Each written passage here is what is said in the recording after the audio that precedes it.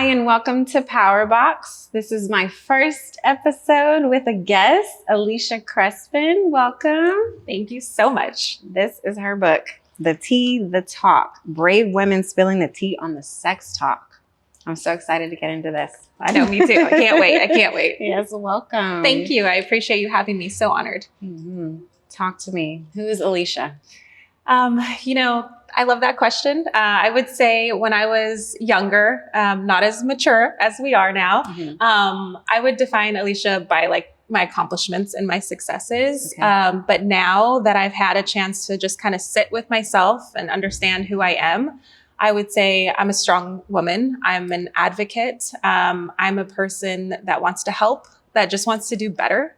I'm a mother of a 15-year-old daughter, which is so fun. And a wife and, amazing family person. But just me as a person, I am here to support women specifically. Oh, that's beautiful. And I know you work in marketing strategy. You've been doing that for about 15 years. Yes.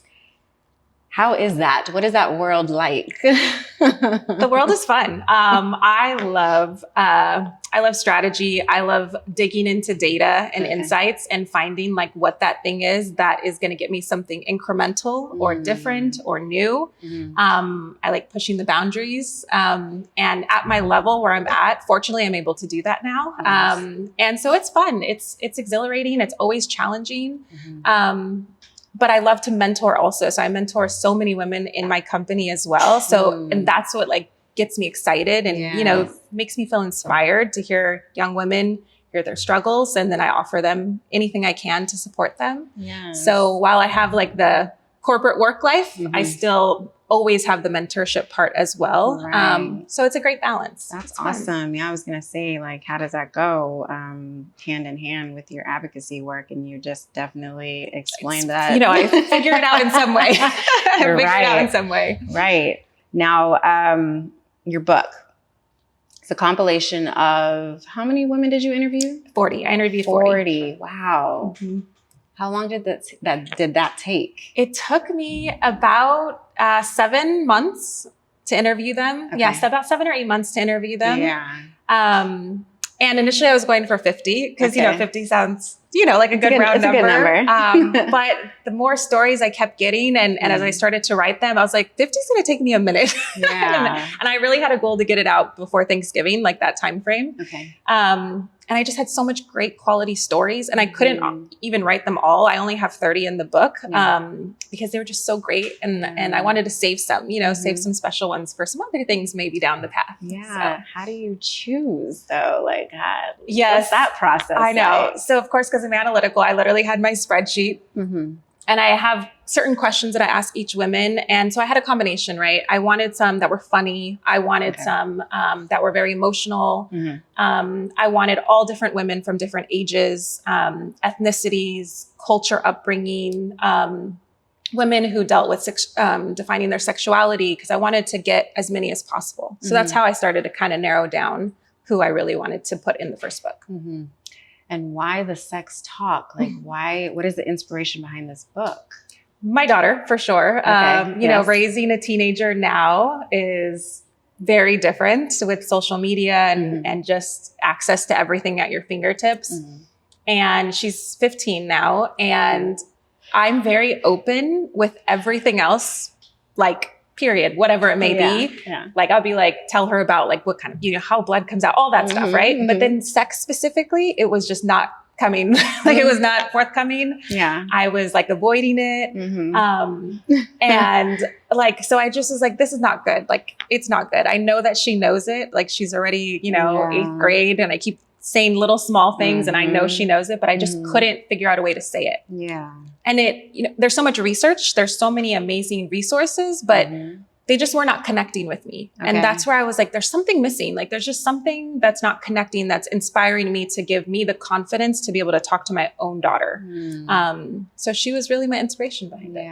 And that stems from your own experiences, right? Definitely. I mean, generational gaps is something that comes to mind when we talk about this. I don't have any children yet, but reading the book, I was just like, wow, this is great for me Yes. to support me and prepare myself. But I also went back and I thought about what was my relationship with the sex talk. And I was like, I don't really was there a remember relationship? one. Right, exactly. I don't remember one. You know, I think I remember like, I'm not going to tell you not to do it, but just be safe. Yes.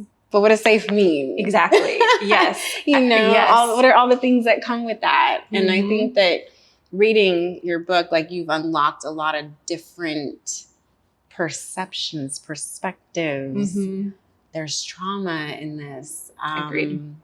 There were some exciting ones, some things like I forget her name, but there was a story of the woman who had a sex talk with her father. And that was so interesting. I've never heard anything like that before.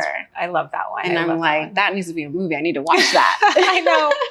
Right. But then it made me talk to my husband, right? And I'd be like, maybe you should get involved in this a little bit more, right? Because there is like the father figure, if, you know, he's in your daughter's life, like it's imperative that they're in a part of that conversation. Again, they don't need to know all the details, but like, I want my daughter to know that it's okay to go to her dad for whatever it may be. And for him to instill like all those things that he knew as a teenager and what they think of at that time. So I love that part that came up in that interview because I was able to leverage that too. Which specific story outside of your daughters resonated with you the most? Oh, goodness, there's so much, so many actually. I would say I really, okay, if I had to pick, I would say Jessica. She was the last chapter in my book. I saved hers for last. Hers was extremely emotional. She was sexually abused when she was young. And her mom didn't want to admit it and own up to it, which I get as like a struggling mom and like, you know, if your husband did this and you really rely on your husband for everything, like that scared trauma that you may have. And so this woman had to deal with this so young. And it just like hit me, like I was abused when I was younger, not to what she was, but still it just like, when she was telling me her story, like I was just tearing up on the interview with her. But she was so brave in everything that she went through. And it's interesting because her story came full circle when she had her daughter, because she had postpartum depression. Yes. But a lot of it was triggered from that and not dealing with that and wanting to protect her daughter and never let anything like that happen. So I loved that she was able to bring like, you know, she thought she was forgiven or she thought she was healed. And then it came back up and it surfaced when she had her daughter because she had this overwhelming feeling to protect. So yeah, hers was probably the one that just, I'll always remember. Always. Now, your own personal experience, I acknowledge you for sharing. Thank you very much for sharing that. I can't imagine I haven't had that experience. I've had some friends close to me that have experienced that. But talk to me about what you went through with that. Did you have an outlet? Did you have anyone to speak to about that? Did you speak to anyone about that? What were you going through? I didn't. It was, if you know, reading the book, I had a really challenging upbringing. Like my mom and my dad were not around. So I lived with my grandma and she took care of so many kids. So there's just not as much you don't pay attention to things like that. And it was unfortunately an uncle in our family. And I, something is wrong because I was about 8, I would say 7 or 8.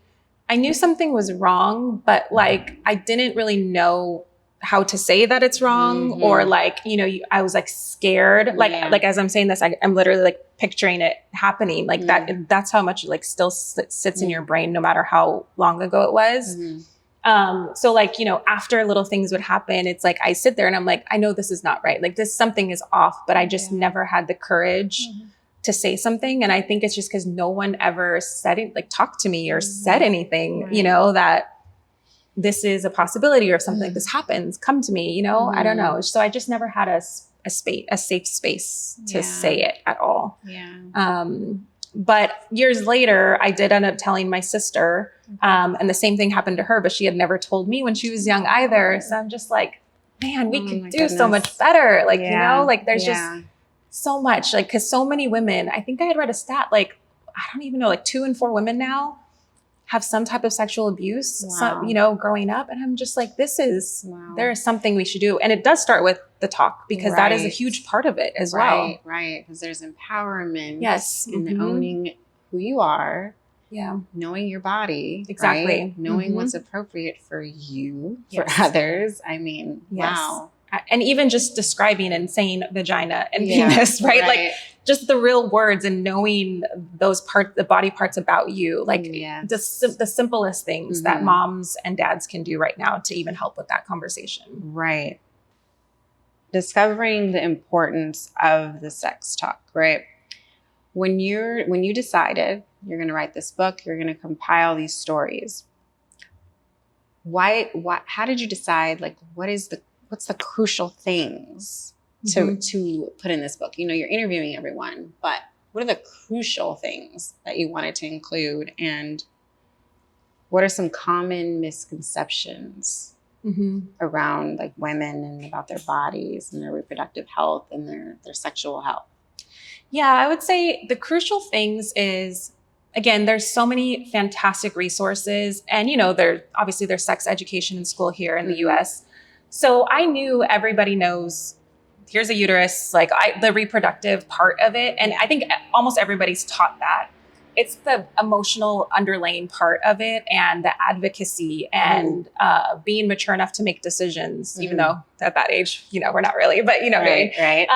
So I wanted to get to the emotional part of it. And like, you know, with your own experience, how was it for you? Do you feel like you wish you would have known something? And then for the women that were mothers, like, tell me how you really felt. Like, were you freaked out? Did you get all awkward because your kid said like dick or said, you know, said a bad word, whatever it was. And you're like, oh my God, how do I respond to this? Because it's those like freak out panic moments that I was just missing, that because I felt them too. So I wanted to make sure it was the true feelings, like straight from women. And I did not want it to feel like a doctor or a therapist or someone, you know, I wanted like the authentic feeling from women. So that was really what I focused on in my questions. I was leading to those type of answers. And I would say, like, the misconceptions that you mentioned is, people really think that their kids know about sex, and they do, but they only literally know the scientific part of sex. Like, that's it. Like, they don't know all the other stuff. And they also know about intercourse only. Like, no one is ever talking to their kids about oral sex. You know, all the other stuff that goes a part of sex is always just like intercourse only.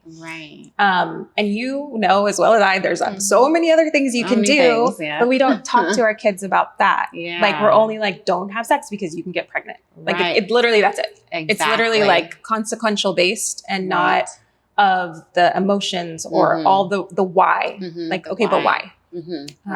So yeah, I would say those are the big ones.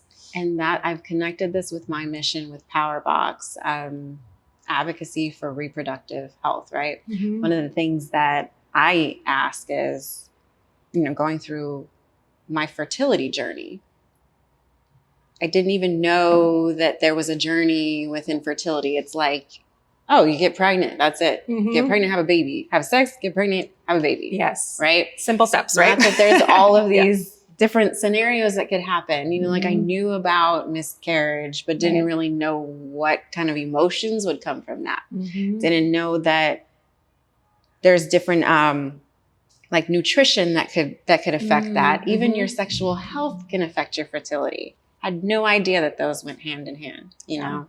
So that's why this is so important. And I'm so excited. I'm like grateful that you wrote this. I've never heard of any book like this. So I'm going to share this with all of my friends, with everybody. Right. Thank you. You know, to that point, if I could just add, I agree, because when I look back, right, like, abortions were what is talked about, I would say the most. And I had to, you know, I dealt with that with my sister in high school, but nothing else, like, none of those are talked about when you're in high school at that age, you know, when you're just starting to learn about it. So I love absolutely love what you're doing as well. And I give you the same exact kudos back because it does need to be discussed, especially because there could be severe consequences, as you know. Yeah, so right. I really appreciate what you're doing. I want to get into some of my favorite stories from the book. The first one, your daughter. Your daughter. I've got to get to this page because there's something in here that I was like, I made some notes in here I love this. I love it. So you said, I want you to know it's normal. Girls explore their bodies to see how things feel and to get to know themselves. And it's okay, just like how boys do. That spoke to me so much because I was just like, oh, I don't think I ever really thought about that when I was a kid, you know, or when I was young, exploring your body, right? Well, it's so taboo. Like, we don't talk about girls and masturbation, but boys is joked about since they're literally exactly. And I'm like, but why is that? And like, that's what I'm advocating to change. Like, you shouldn't feel shamed if you explore yourself as a girl. Yeah. And like, we're supposed to feel pleasure too. Exactly. Sex is supposed to feel pleasurable. I didn't have that perspective when I was young. It's just like, oh, it's just a thing that people do, kind of, you know? I can't even explain it. No. And it's just, I mean, this is the thing about women and this double standard, right? Because I don't know. I like, as I was going more and more into the book, I was like, okay, we're shamed of like self-pleasure and then when our first time comes, it's bad because we're not even taught what it's supposed to feel like. And also if you're with a boy, right, who you're with, they don't even know what the heck is going on in your brain. And they're so overwhelmed in their own feelings that they don't do the proper things to like warm a girl up. But then are you going to talk to your son about that? Right? Yeah. Am I going to talk to my daughter about that? And those conversations are so hard. So then they're just, I feel like it's like just the cycle continues until you're older where it's like women are not talking about them getting pleasure. And like, I deserve to get pleasure too, just like you do every single time. But it like all stems back from us not talking about it, I believe. So it's just this continuum. That we're like, we need a break. Right. We need to break. But that conversation, even with my daughter, I was so nervous, girl. I was sweating. I was like, I cannot bring up this masturbation with her. I was literally dying. Like how? I mean, I read it, but it's just, how did you even? I know. So I interviewed another woman and she had brought it up. And in my head, I was like, oh shit, I haven't talked to Kayla, my daughter, about this. So I was like, I need to bring it up to her. And I'm like, okay. Because every time I'm like, Kayla, we need to talk, she literally looks at me and I'm like, oh. But she knows the book, right? I talked to her about this. I've asked her multiple things. If she's comfortable, I put this in, etc. So I was like, hey, we were driving to soccer and I'm like, I just want to talk to you about something. I was like, I haven't talked to you about this and I'm really sorry. Like I should have, especially writing this interview. And I'm like, I just want to talk about masturbation. I like rambled through the word and she looks at me like big old eyes. And I'm like, okay, I'm like, you got it. Just stay calm. And I'm like, hey, I'm not going to go into details. I'm like, but you know what that is? And she's like, yes, of course I do. I'm like, okay. I'm like, I just want you to know, like, I'm like, you hear about it with boys all the time and stuff like that. And she's like, oh yeah. And I'm like, well, I just want you to know, like, girls do it too. And I'm like, I did it when I was young. I was like, I still do it now. And even saying that was hard to say, but I wanted her to know that it's okay. That it's okay. It's okay. And women do that. And I was like, and it's just okay. And I'm like, you know, it's important to explore yourself and to see what you like. And I'm like, if this sounds weird, I totally get it. I'm like, but you'll understand a little bit more, you know, when you start dating. I'm like, but it's okay. I just want you to know it's okay. And she's like, all right, mom. And that was it. And I was like, oh, thank goodness. I did it. Well, you revisited the story throughout your book too. It's like, okay, so it started off like this, and then you had a second talk, and then you had like a third talk, and you involved your husband too. I did. And how was that for him? Oh no, he was not. He just, he didn't even want to bring anything up. He's like, why do you always have to say something to her? I'm like, because I'm like, did you read my book? It's important. But he's getting more and more normalized with it, but it's still hard for him because growing up in his household, like his dad never talked to his sister about that. So it was very much like mom and daughter only.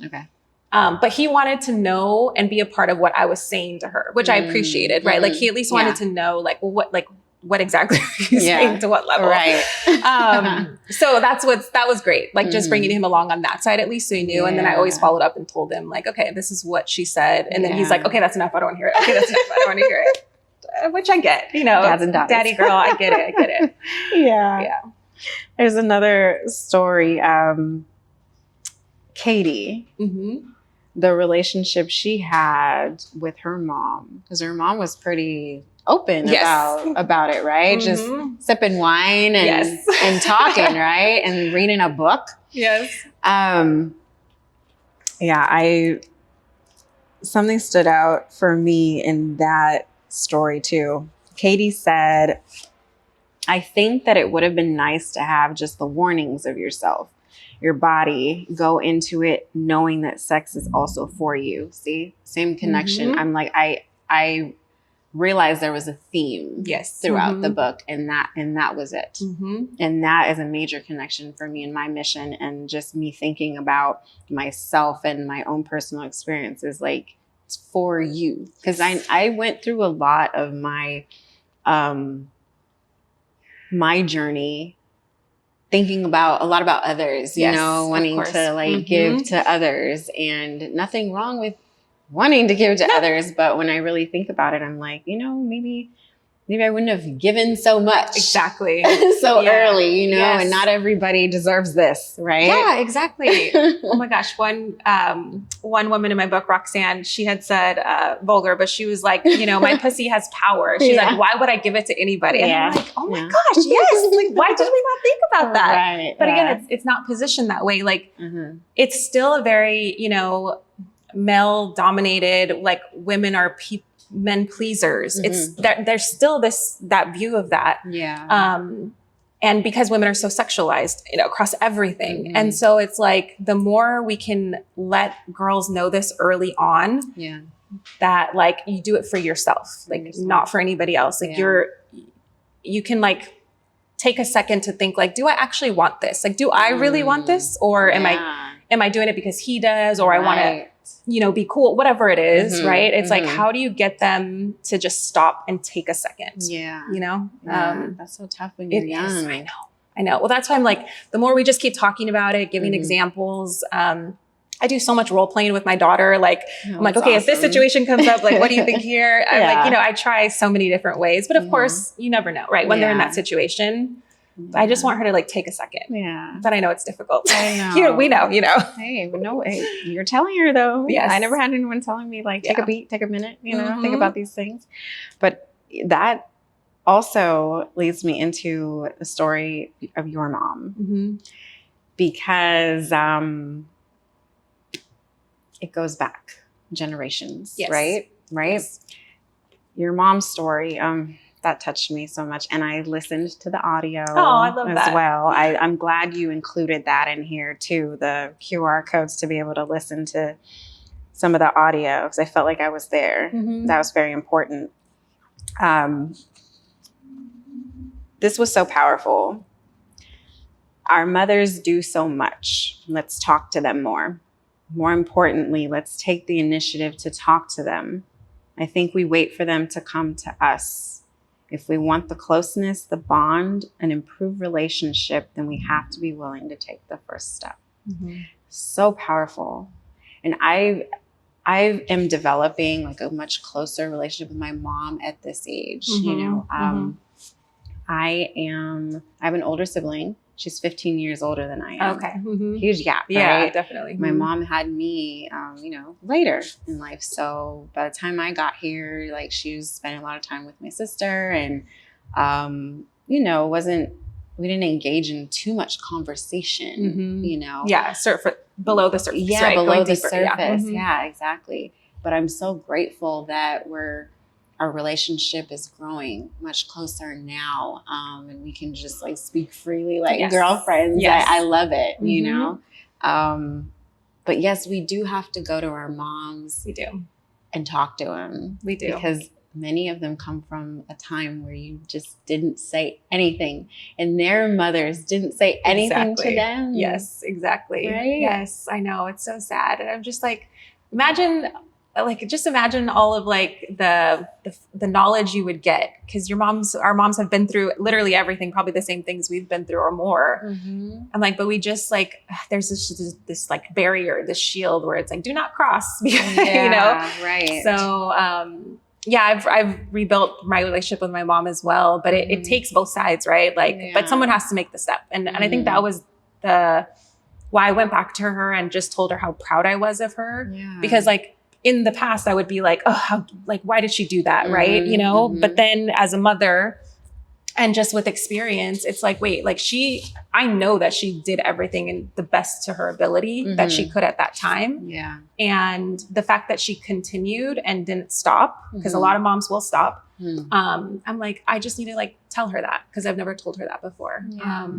And obviously in that audio part, like you can dip it touched her, like, you know, she felt so grateful for that. So good. So yeah, I urge everybody, talk to your mom, pick up the phone and just ask a question about her past and see what happens. Yeah. That unlocks so much. Yeah. Or you end up, if you don't talk, you end up just angry. Yes, exactly. There's this bitterness that just lingers for a long time. But it's up to us. It is. You know? It is. Yeah. It's our own personal journey, right? Yeah, we can take charge of that. Agreed. How do you think is the best way for us to support each other, support women in understanding these issues? Oh man. Outside of this book. Yes.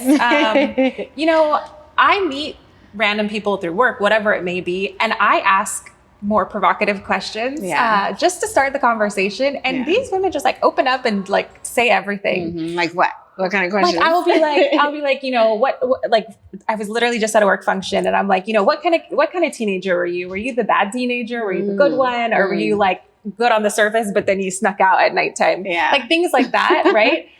Which you normally wouldn't ask at a work function. Right. But I just kind of start there and just pry a little bit. And they just like, women just love to talk. Like we know we love to talk, but you just need like that person to like ask you a question, a unique question. Right. So I think even that in itself within our women's group, within whatever it may be, like just ask a question. That's a little different, not like about your kids, because goodness gracious, women talk too much about their children. I mean, I love my kid, but we're our own people. I think so many women are defined by their children. So that's like maybe book number 2. But anyway. No, thank you for saying that. And I say this because I don't have children yet. And but you see it, right? I'm struggling, but I hear it a lot. And it's cool. It's great. Like I get it. But yes, you are right. Yes. It's just, I'm like, okay, what about you? I'm like, what about you? What about you? What do you feel? Yes. Like not mom, mom Alicia, whatever. So that's why I always ask those type of questions about like, bringing back to like before kids. Or like, I always ask women about, sexual. I always want to know like sexual, I'm not saying the right word, but like how marriages are like, do you guys have sex? Like I literally will ask random questions like that, right?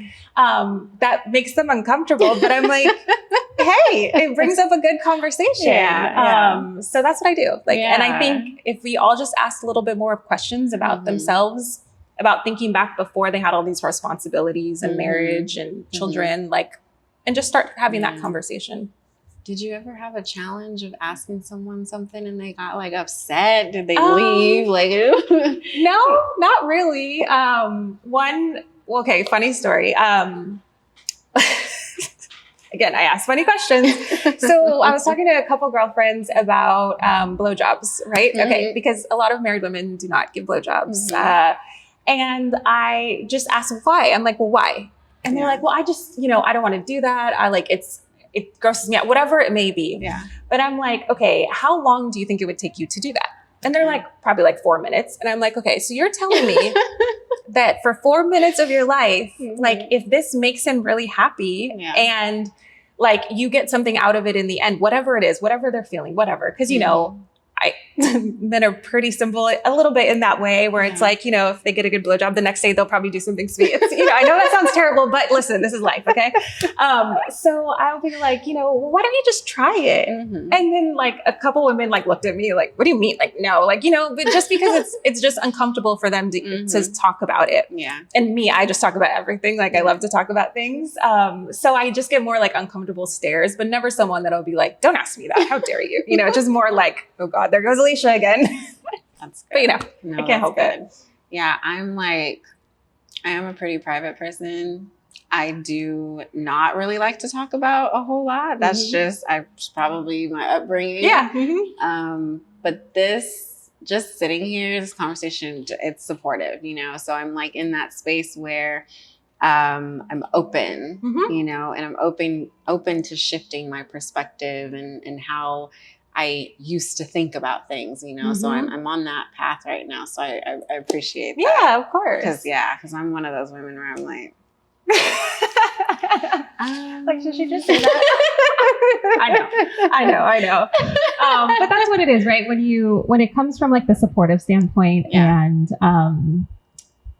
like from the heart, like it's not like an accusatory, it's just from the heart and supporting women. So that's good. That's awesome. What hopes do you have for the next generation of women? I call them kids. I'm like, I'm 38, but I feel like there's this, the Gen Zers, right? Yes. There is a huge gap between us and them. And it's because of technology, really, right? I feel like we became the aunties too fast. You know what I'm saying? For sure. Yes. And I call them kids and I'm just like, what's up with these kids these days, right? But we just come from different generations. That's all it is. Our parents said that about us too, for sure. Right? Yes. So, what hope do you see for them within the sex talk? I know. And the crazy thing is they just see everything like so many of the women I interview, like boys are addicted to porn right now because it's literally, they can Google everything. Yeah. And parents don't put parental controls on their kids' phones. I don't know why they don't do that. But so everything is so accessible. And so they know everything, like literally at 9 and 10, which is just so sad, so crazy. So, but with that, right, they also know a lot of amazing things about, women's rights, empowerment, whatever it may be. Right. And so I just hope that they still have this like guidance, like they get the guidance that's needed because they're exposed to so much and they can like automatically formulate opinions based on this one thing they see, which may not be true, as we know from social media. So like, I just really hope that it more honestly stems back to the parents, that they are in their lives and guiding them and offering them direction, because it all starts in the home. Yes. It really does start in the home. And like, I think they could be remarkable because they do get access to so many things, but as long as they have like that guiding post, like, I mean, they could be game changers, like, because they just know so much more early on, and they're constantly like filtering through, what am I going to listen to today? What am I taking in this side? What am I taking in this side? But they still need this like guiding post in the center. Yeah. So like, again, it's only going to get better. I know that it's going to get better. Yeah. Like I sit and listen to my daughter's conversations with her teenage friends. Cause me, I'm like, what are you guys talking about today? Or whatever it may be. Or I'm talking about like a slang word they're saying. I'm like, can you give me an example, please? I need to use this in a sentence. Right. So it's like, but they say the same things we said when we were young. Yeah. But they're so much more like intelligent and like advanced in thinking, which is interesting. Yeah. So I do think they're going to be remarkable. It's just, we need to guide them still. Yeah. Yeah. Guiding is important. Yes, definitely. Interesting enough. My husband mentioned to me, he walked by this mom and daughter the other day. I think the mom said something like, can she just read some books, or tell her to read some books, right? And he answered, he's like, well, do you read with her? And she sat there for a moment. It was like, right, exactly. No, I don't, and he was like, well, what do you expect? Read with her. Yeah, exactly. And like that's the story that came to my mind because I'm like, that's so important. It is. I loved to read when I was a kid, but it was because my parents read to me, right? My sister read to me. You know, guiding is so important. It really is. It really is. And I think about it. I'm like, the internet is like raising the kids now. It is. Yeah, it really is. There's been repeated so many women that I interviewed or just talked to where, you know, they don't have parental controls on their kid's phone or screen time. Yeah. Like I still do with my daughter. And I'm like, but why? Like, tell me why, like, you know, and they're like, well, you know, I trust them. Or, you know, they've proven to me that they don't go and search on bad stuff or whatever it may be. Right. Or they're like, you know, I don't want to make them feel like I'm controlling them. And I'm like, okay, I understand that point of view, but do you care if they go out late at night? Do you care if, they talk about bad things at a friend's house? Do you care about the friend's house having stuff put away that they can't access things? And of course, all the answers are yes. I'm like, well, then like, it's okay for you to put controls and guidance on your child because it's for their benefit. Yeah. Like no 10-year-old kid should be able to Google what 69 is because literally all kids Google what that is. And you could see it. You could see it. There's literally YouTube tutorials on it. I'm like, no kid should do that. And especially if you don't, if a kid comes and asks you what 69 is and you're like, don't talk about that. Like, no, don't talk about that. They're literally going to go Google it. Yes. So I'm like, don't you agree with this statement? And they're like, well, yeah. I'm like, well, then this is why like parental controls are so critical. Yeah. And same thing with screen time. Like there are so many steps that we can take as parents, but I think parents are trying to be kids' friends too much right now. Which again, I get, you know, but still there's so many easy things that could be done. Yeah. And that was a common theme in your book as well, is like, how do you want your kid to learn? Right. Exactly. About this. And they're all learning through their friends, internet, Google, everything, or social media. Exactly. You know? And I'm like, yeah, for me, I choose me. Yeah, exactly. Right? Exactly. Because it's like if they knew, like taking the 69 again, if they knew like, okay, that's a sexual position. And again, you do that when you're an adult, when you're in a trusted relationship, this person respects you, you respect them. And you try new things. And this thing does feel good. Yeah.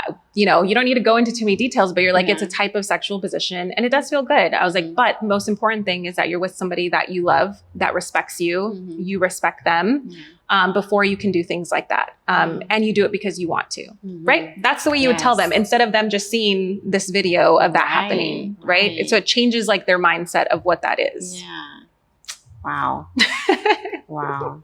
Yeah. I'm just thinking about it as like when I have my daughter, like I'm already well prepared. Yes, exactly. Exactly. Yes, exactly.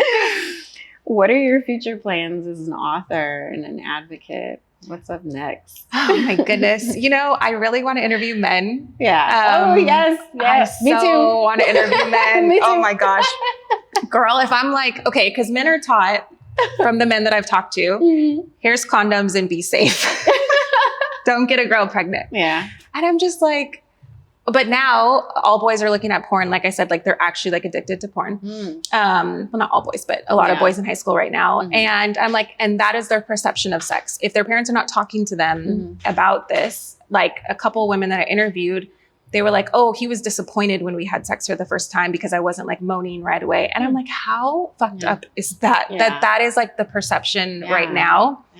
And so I really want to interview men. Like that's my next thing. But so I started talking to my husband. I'm like, how do I get them to open up though? Because women open up and I'm like, what do I do? Do they tell me to get them drunk or something? Like what do I mean? How do I get them to open up? Like what questions are they going to answer truthfully? So I'm like working that through my brain, trying to figure out like, how do I get in there? Oh, that's awesome. Yeah. I want to interview men too about their reproductive health. I know. They don't talk about that at all. No. Or there's shame. Yes. There's shame across the board. Like it's all so over. bad with, I know. Shame and fear, you know, like. Yes. That's what so much of this stems from, though, is shame and fear. Because again, it's not discussed, especially among men. Exactly. What do you hope that your readers take away? I want them to just know that they're not alone. I think that's the biggest thing is that like all these feelings of uncomfortableness, awkwardness, self-doubt, you're not alone. Like every other woman feels that way and has felt that way in their sexual experiences growing up. So I think that's the biggest thing. Like we all feel the same way, have similar experiences. And like, it's okay to take a step forward. Like it's okay to break the cycle, and do something different and just try, right? All we can do is try and be better. Yeah. Awesome. Awesome. Now, before you got here today, I asked you, what is your power? And I asked that question. Well, obviously the name is PowHer Box, but I am also a singer and songwriter, and I released a song recently called Power. And the song was written from me just sitting there thinking about like, okay, how do I get out of my head and into my heart? And what is going to support me, propel me to get to that where I really want to be, right? And I thought about my voice, and more than just singing, but speaking, talking to others, talking to women, advocating for them, sharing things that may be considered taboo topics, and just having conversation. You answered that your power is hearing, finding a way to connect and empower. And I love that so much. It surprised me. I don't know why, but hearing. I'm not that great at hearing sometimes, or I hear what I want to hear, but it seems like you're good at that. So talk to me about hearing being your power. Yeah, I feel like, again, so many women have like a deeper feeling. And again, we put on this persona, which again, I'm guilty of it too. Or we just, again, talk about our children, but there's so much deeper in us, but no one's asking beyond just like the surface level things. And then once I get one woman to open up about something, like I just sit there and listen and then like find that trigger within them, because you can hear it in their voice, like whatever it is that triggers them, that makes them excited, hurt, angry, whatever it may be. And then just like start to hear and like feel that out and understand where they're coming from. And I just love to I honestly love to listen, to hear. I mean, my husband would probably say opposite, but that's beside the point. But I love to just like, again, hear what they really feel and poke a little bit more to get them to go a little deeper. Even with my daughter, or even like my daughter's friends too, like they open up about all kinds of things to me. But it's just because I'm asking the right question, but then just sitting there and listening, right? And just hearing what they're saying and just support them. Like I don't have the answers, but I'm just supporting them, and making them feel heard. I feel like a lot of people try to give solutions right away. True. Right? Especially men.